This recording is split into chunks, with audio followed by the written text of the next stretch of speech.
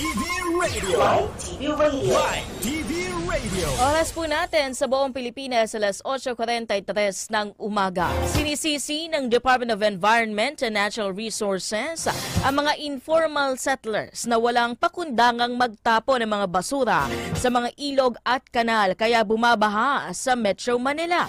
Ayon kay Environment Undersecretary Jonas Leones, kailangan masolusyonan kung saan nagmumula ang mga basura at may mga basura ang mga daanan ng tubig kung saan naroon din ang mga informal settlers.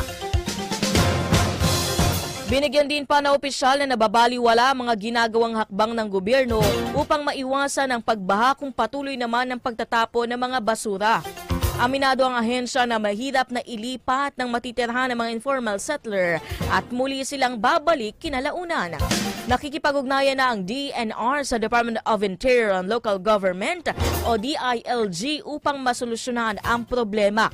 Dagdag pa ng DNR na papalo sa 61,000 na tonelada ng mga basura ang malilika kada araw o nalilika kada araw sa buong bansa.